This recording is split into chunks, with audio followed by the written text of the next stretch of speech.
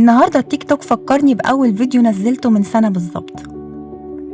وقتها كنت بتعذب في التصوير لأني ما كنتش لسه اتعلمت المونتاج، وكل ما أغلط في كلمة أرجع أبدأ من أول وجديد.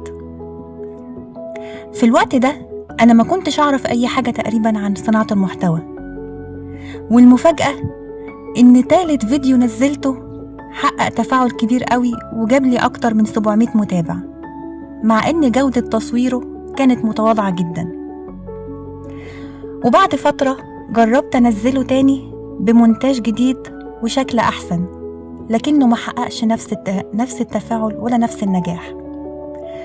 وده علمني درس مهم جدا: الناس مش دايما بتدور على التصوير الاحترافي قد ما بتدور على الصدق والحاجة الحقيقية اللي طالعة من القلب.